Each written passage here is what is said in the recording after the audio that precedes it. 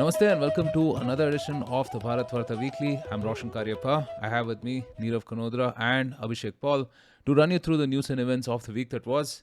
To begin with, we're recording this a day later because Neerav had a very interesting Saturday morning. Neerav, you want to share that?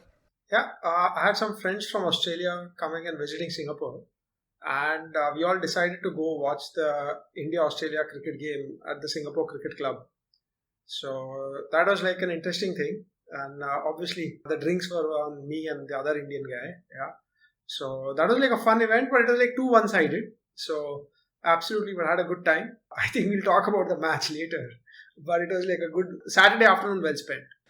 Yeah, I mean, the match was complete domination and completely one sided. Yeah, we'll talk about the match and a few other things as well. Prime Minister Modi's speech in Parliament, NSA, Ajit Doval visiting US, UK, and Russia.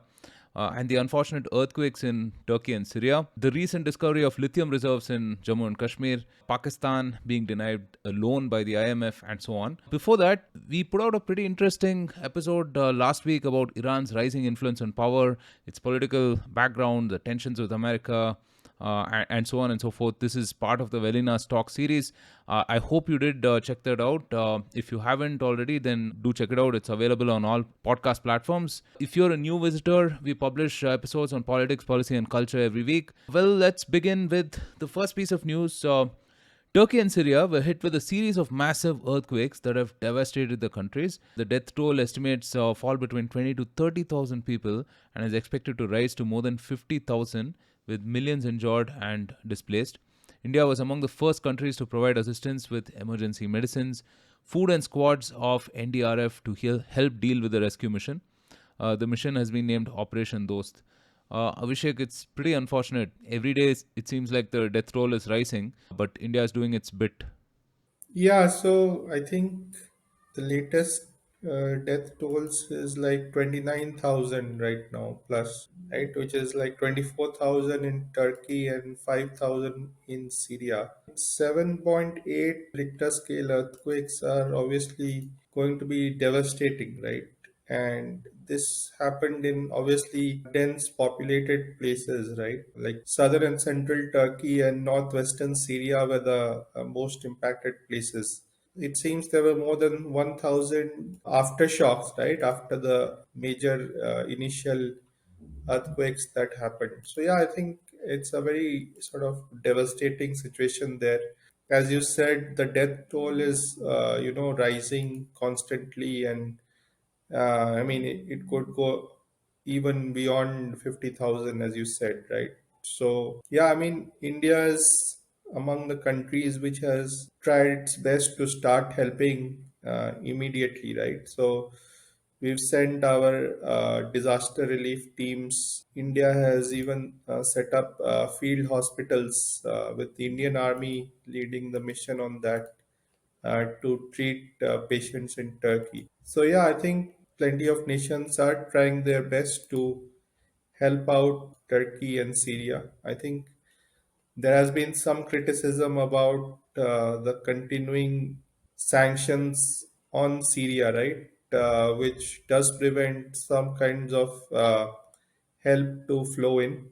So that remains a concern for Syria. But yeah, I think a really unfortunate event. And I mean, I do know of plenty of colleagues who have relatives and friends in that area, and obviously they have been also pretty badly impacted over the last week, right?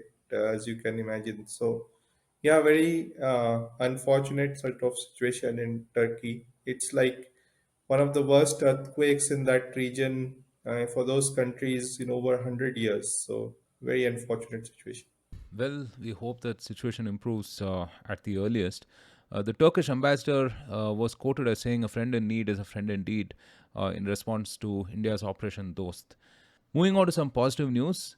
On Thursday, the union government announced that 5.9 million tons of lithium reserves were found in the country for the first time in the Salal Haimana area of Riasi district of Jammu and Kashmir. This will be a big boost to the Indian EV industry. Until now, India had to depend on imports from Chile and Australia, which were the two biggest sources of the mineral. With this discovery, India joins a handful of countries like Chile, Australia, Argentina, China, and so on in having these lithium reserves. So, Nirav, should we brace ourselves for humanitarian crisis, environmental crisis, so on and so forth? I mean, but in all seriousness, I think, Jammu and Kashmir, the stakes have become a lot more higher now with this. Yes. So a few things, right? So one is this discovery has happened. This is in the Jammu part of Jammu and Kashmir. It is near the river Chenab where there's a dam, and a lot of people might know it's at the foothills of Vaishno Devi Shrine, right? A lot of people make religious pilgrimage to that. So it's somewhere near that, right? It's in that region. So one thing is think about it as like something from energy security. See, we are moving away from like a hydrocarbon type of energy to maybe a lot of transportation at least should be more electric, and then that needs batteries. And now batteries, the most successful technology in battery chemistry right now is the lithium ion batteries, which are used on all our mobile phones as well as like a lot of electric cars. We also need nickel, cobalt, and other minerals as well. But so this is something which is very critical. Now lithium is called white gold, and the biggest reserves are in Chile, Australia, China. And Australia, China both have like roughly 5.7, 6.0 million tons of reserves. And now India has also leapfrogged in that. So Chile has about 9 million tons of reserves, right? So this is something which is critical. The whole world will be needing. We've said this before, and Bharatvaarta has had episodes before on like hydrogen and like how we will have like probably green hydrogen, and we're moving from like a carbon oriented energy industry to maybe a hydrogen oriented industry. And so electricity, hydrogen, batteries, all of these are like new forms of things which will be required, right? So this is very critical, very, very positive news. I would say I'm hoping it is like when countries have struck oil, where like in the Middle East or in Venezuela, etc., right? So this has that kind of a potential, right? Now there are going to be things like, oh, does this belong to people of Jammu and Kashmir, or is it India? Oh, you will have people saying, oh, mining is degrading the environment. You will have people saying, oh no, my religious sentiments are hurt if you are mining at the foothills of a shrine, etc., etc., right? So I think if mining done sensibly, responsibly, trying to manage the ecology around it, etc. We all need energy. Unless we go and live without energy and we don't want these batteries, then that's fine. And if you're importing it from elsewhere, if you just get it at our own resource internally, that's great. Second thing is, I think the very good thing about Article 370 now, it's been a few years which has been passed. Basically, there's no ambiguity. It's a good thing that this has happened. Hopefully, we see a lot more investment over there. We see a lot of people moving there. We get a lot of industries based out of this. As I said, this can be as huge as like countries which have like transformed. We don't want a resource curse, but India is a very big country, so to be affected by that resource curse kind of a thing. But this is like a resource boom, right? It is like lithium is white gold, so it is like striking oil somewhere. And as the world progresses, maybe we don't know, there might be a better battery technology, and maybe lithium prices won't be that high as well. But still, it's a good thing to have. It's a good resource to have, and it's very interesting. And fingers crossed that India manages this resource well, and with it's not exploited just by global mining majors. There's some sort of a royalty, etc., and it is not even mismanaged by like Indian PSUs, etc. What has kind of been sadly done with like our coal reserves, etc. And I want to give a reminder: like things can go bad as well. A lot of aluminium reserves were in Orissa, and like you had like POSCO coming in to invest, and then they were sent back. Or there's a lot of controversy around like the copper smelters in Tuticorin. So like while I'm optimistic about lithium, I think there are a lot of speed breakers in between, right? It's going to be like a long, arduous journey, and we all need to like. I think the government and like citizens need to think about like the greater good. Need to think about what is the net positive impact on the country, right? It's called eminent domain. If like some people are affected around that area, maybe they need to be compensated in a certain way. But I think there is a net positive benefit, right? So I think we need to think about eminent domain, and we need to think about transfers of like wealth or whatever for people around as well. But I think it is like a very big net positive. Hopefully we overcome all the hurdles, and India becomes a big player in the energy space, and this is what gives like Middle East its geopolitical veto, right? Like Saudi Arabia has like a big geopolitical veto because they're the swing producers of oil. And now as we move towards like a different energy system, lithium reserves being one of them, like there's nickel, there's cobalt, and a lot of other things as well, but lithium will be like a critical element. So I think this lithium reserves gives us India like a geopolitical veto, that you cannot easily vote against India, otherwise we will stop our lithium exports, right? We can move the price of lithium. So I think that can be, but it's probably like a decade away. But anyways, it's a heartening news nevertheless. Yeah, for sure, and it also helps us, on our goal to become Atmanirbhar as well, right? So, resources and minerals are really important to that end. Moving on Thursday, Prime Minister Modi gave a speech in the Parliament in reply to a motion of thanks on the President's address to Parliament. In this speech, he took a jibe at the opposition, saying that vote bank politics had slowed the country down while smaller ones grew. He called 2004 to 2014 the lost decade, saying the UPA administration had a penchant for turning every opportunity into a crisis. Abhishek, this was all fireworks, right? I mean, it was nice to see the Prime Minister speak in Parliament after a while. Yeah, so this happens sort of in every new session of parliament, right? Where post the president's address, first the opposition gets a chance. Generally, they would go and attack the government. I think this time the entire thrust of the attack of the opposition was around the Hindenburg Adani issue, right? With basically the allegations being that Adani had profited a lot during the Modi government's tenure, basically, right? And so there were a lot of attacks around that sort of area. So, I mean, the PM addressed both houses of parliament, but I mean, just to recount his speech on the Rajya Sabha, basically, as you said, he tried to draw a contrast between the performance of the UPA versus his own government, right? So, as you said, he talked about 2004 to 14 being like a lost decade. He talked about the work done by this government in areas like, opening of bank accounts, right? Or providing gas connections, water connections, and so on, right? And so basically, he talked about what he feels is real secularism, right? Which is ensuring that all public goods are provided to all sections of the society without sort of any discrimination or corruption, right? So he also obviously talked about how there's no vote bank politics being done right now compared to how what had been happening in the UPA era, right? So these were some of the key points, I think, as a response to it outside the parliament. I think Shashi Tharoor talked about that this was a good speech, but it did not address the questions that the Congress party was raising. So, I mean, I think the government stand on the Adani issue has been pretty simple, that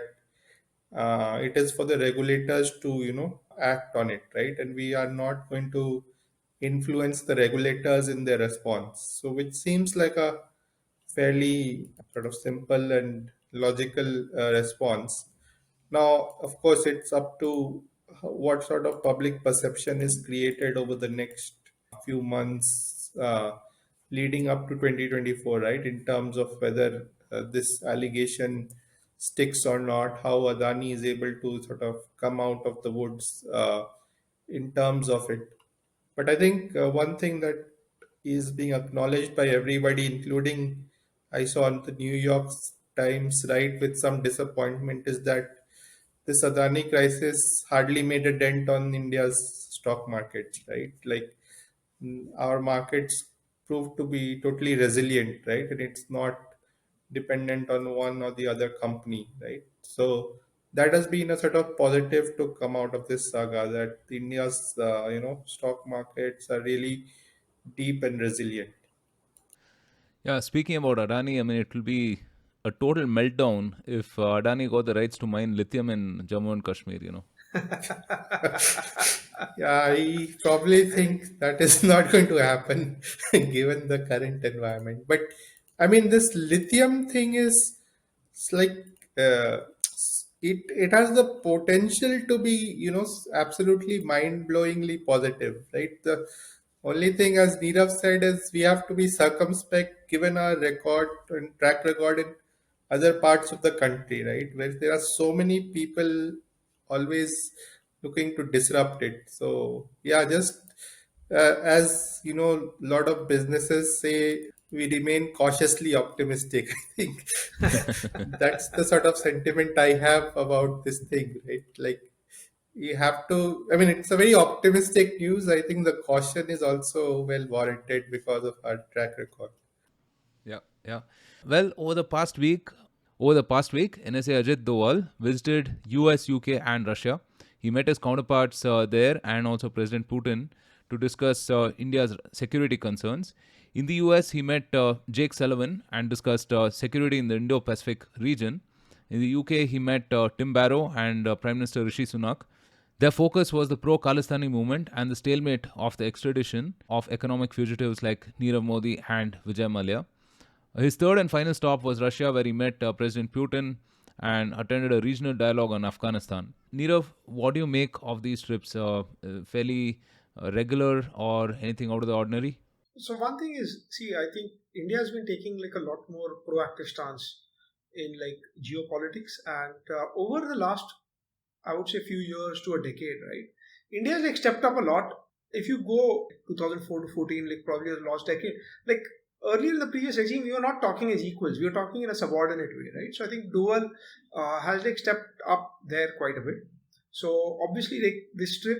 So in the US, the focus was on AFPAC and the terrorist groups, and like Taliban taking control over Afghanistan, Pakistan being like in a little bit state of disorder, right?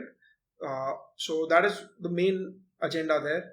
Then, like in UK, it is about like the bilateral relationship between UK and India, and like trying to extradite a couple of people, as you mentioned, Nirav Modi, the jeweler, and Vijay Mallya, who have been like big defaulters on debt, right? And there are pending court cases, and probably I don't know the reason that they're still stuck around in the UK. They're saying that they might get an unfair trial in India, right? That the Indian government or the judiciary might be biased against them. And now the last part is when he went to Russia, it's not just him meeting like his counterpart. It's like meeting Putin directly, right? So obviously, India has been one of the people who's like abstained to vote against Russia in the UN. Also, India has been kind of neutral while saying that we stand for peace. So that is one thing. The war has dragged on almost for a year between Russia and Ukraine. Also, like Russia's influence in Afghanistan and the Central Asian countries. So I think that probably as well comes in, right? So this is something I think. See, it's a routine trip, but it also tells you the level where earlier, like by protocol, you would expect the head of state to meet the head of state, right?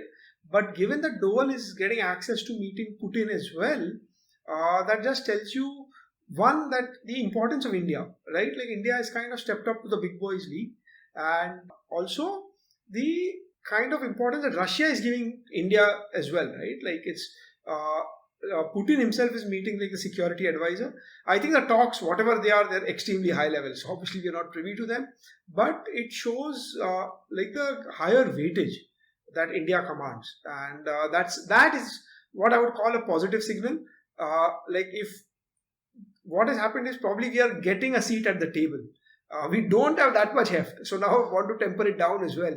We don't have that much heft where we say that, hey, we need to extradite these guys, give it to us. Or like even with the US, India has very limited leverage, right? Like Pakistan has been their long-time ally, etc. And so while things are turning a bit, it's not as if we have like a lot of leverage there, but slowly and steadily we are increasing, right? And I just want like this incremental growth keeps happening year after year, decade after decade, etc. So I think that will be like a great thing. So obviously they've been raising like about like there's like Lashkar-e-Toiba, Jaish-e-Mohammed, and there are a lot of terror groups which are operating in Afghanistan and Pakistan, and like a lot of are not completely UN designated terror groups as well. So I think changing some status here and there. So those things would help. But as I said, like India does not have that much leverage. It is just getting a seat at the table right now, which itself is a positive. Hopefully, things even improve from here on. Yeah, this is amazing. No doubt about it. In other global news, the International Monetary Fund, the IMF, has rejected Pakistan's request to keep a door open for borrowing from the central bank amid the ongoing financial woes in the country. The IMF has demanded Pakistan to make some big changes in its policies, like removing subsidies on fuel and increasing prices on electricity to reduce debt and so on. Pakistan's Interior Minister Rana Sanaullah said that the government has accepted the terms which we were not in favor of, to quote. Nirav, again, the crisis continues, the wars seem to pile on. Is there any optimism in sight for Pakistan? So I'll tell you, like the say, Pakistan has had like a similar crisis, you would say, but at a much milder level than Sri Lanka, right? And like Sri Lanka had its own crisis due to COVID, tourism was hit, they went on organic farming, etc., etc. Pakistan also depends a lot more on foreign borrowing, right? So that kind of makes it fragile. Then the thing is, you can say what was good in the short run, right? Is they can always get loans from the Middle East, from like Saudi, UAE, Qatar. Like they've always like kind of rotated around there. They've had US as an ally, so that's why IMF kind of gave them a lot more rollovers. You've had like China investing in CPEC, and they got a lot of loans from China. India didn't have all of this, so that is why India, when it had its crisis with the IMF in 1990, in 1990-91, India had to swallow the bitter pill and do a lot of structural reforms, right? And that kind of helped growth for the next 2 decades, you can say, right? So sometimes what I'm saying, what is like a short-term good, where like they've been like very smart at leveraging something, has actually been like a long-term bad. Like they've not developed, they've got a lot of lower-level industry, they've got like a lot of textile industry, agri exports, etc. But they have like a big fundamental problem that they're consuming more than they can produce and export, and they're consuming more via imports. India has a similar problem as well. A software services kind of fills the hole, and remittances from overseas fills that hole, right? So they have that part. They don't have any like nascent growing industries. They have another issue where politically they have to subsidize fuel, electricity, etc. So because of when the prices are lower than actually what is it should be, the demand is actually higher. So there is not that much incentive to kind of like conserve energy, or there's a greater demand, or you don't adjust to that, right? Sometimes it is important to have higher fuel prices, swallow the bitter pill in the short run, so that you have like some sort of structural reforms, right? So I think they will have to sort it out. They've been I've been like really surprised. And I was thinking that all these IMF rollover business, etc., would stop once Osama bin Laden was found there, right? And I think that was 2011 or 2012. 10 years down the line, I think they're still kicking the can down the road. I thought like Pakistan will have its own sense of crisis if like the US kind of just pulls back support. And that hasn't really happened. So right now, basically IMF is putting in conditions that yes, you can get a loan, provided you get your fiscal deficit like a little bit under control, you have a borrowing program, which is international borrowing, I think less than 2% of GDP, etc., right? There's a long list. Pakistan has not complied to everything, but now they're being forced to comply to get it. So I think eventually, always like the last minute, they always come in and somehow they pull off the Houdini Act, right? If like I have loosely followed this, like unlike Sri Lanka, which has actually defaulted on its debt, Pakistan hasn't defaulted on its debt yet.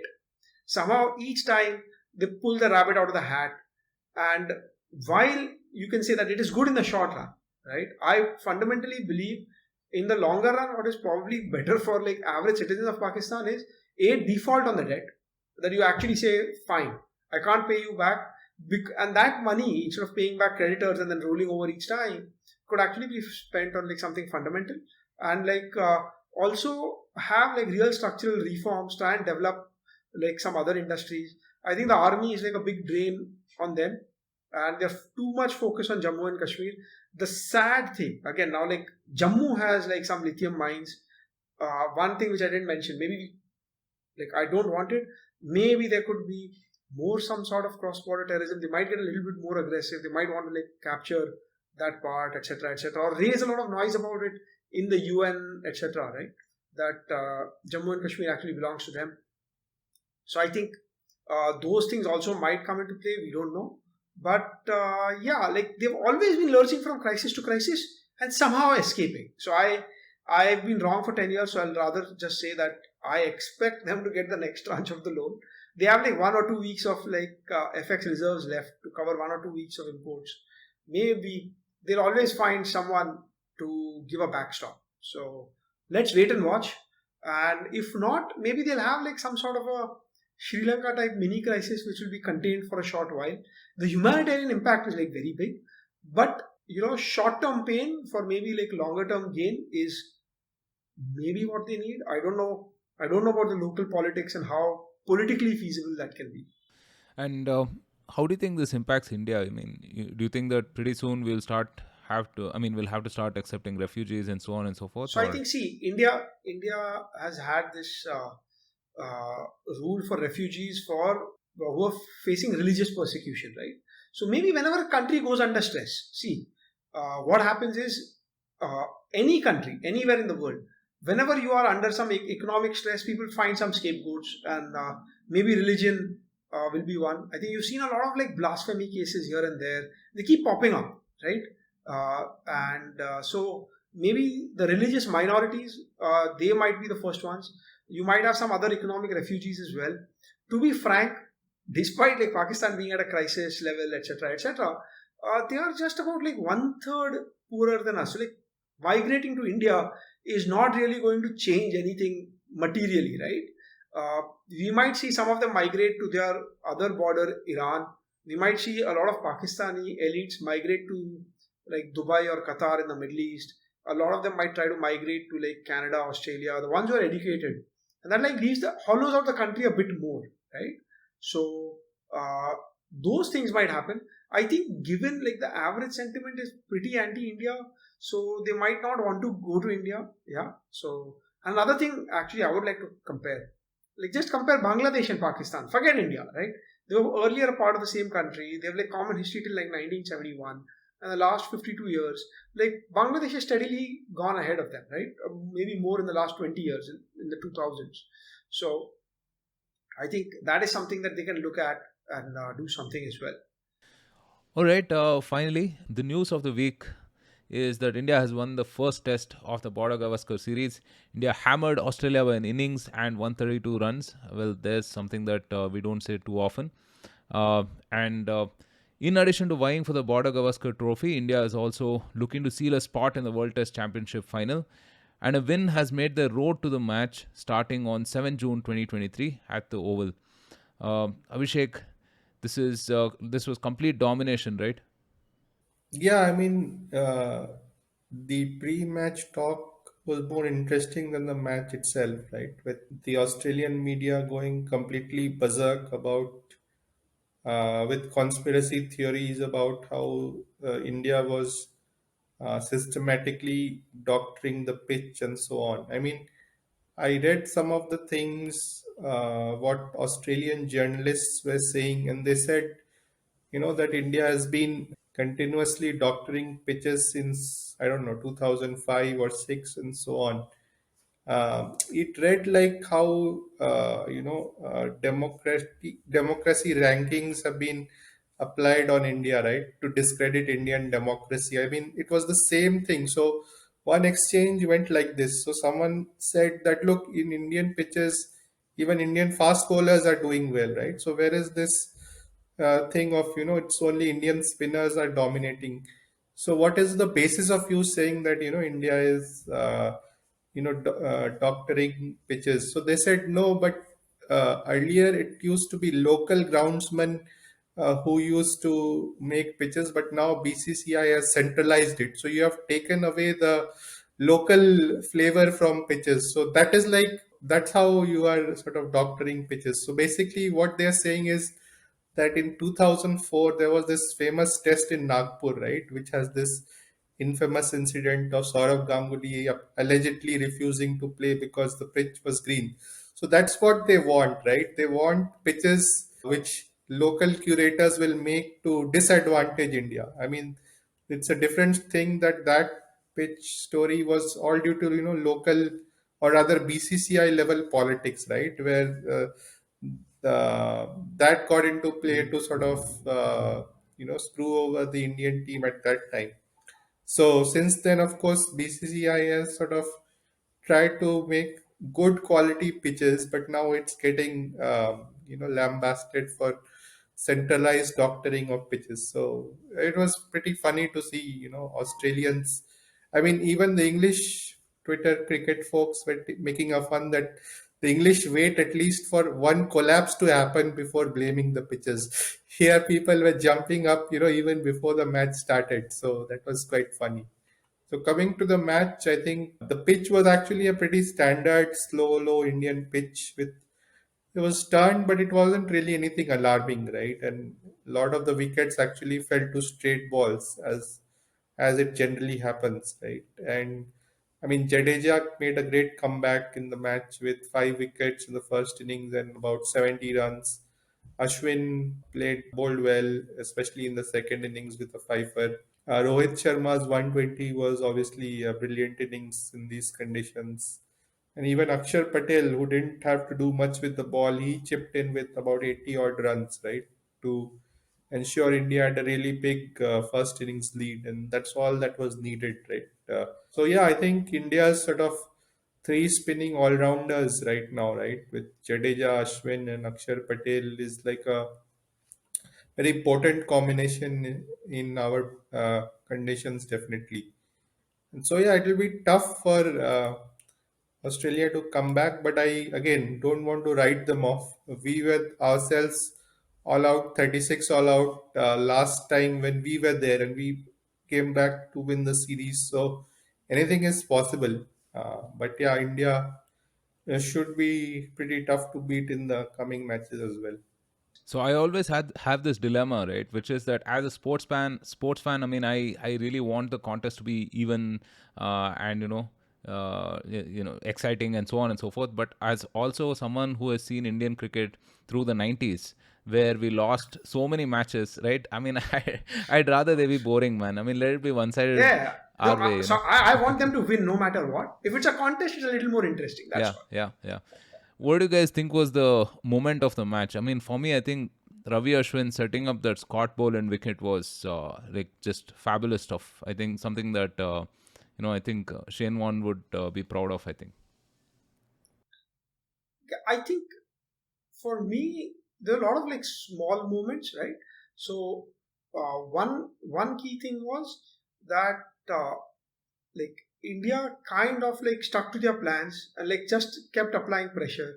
So first innings Jadeja, second innings Ashwin, like our three all rounders as you mentioned, and I think you saw like Jadeja and Akshar Patel like bat like proper batsmen, and they had everything against them. So they're saying, oh, Ashwin is an off spinner and he's going to attack all the left handers. So they had like two off spinners bowling two left handers, but they played patiently. They played their shots on the bad balls. So it was like I think it was a calmness that you know you're ahead. You just bat it out. You just play, stick to your plans, and you will come out on top, right?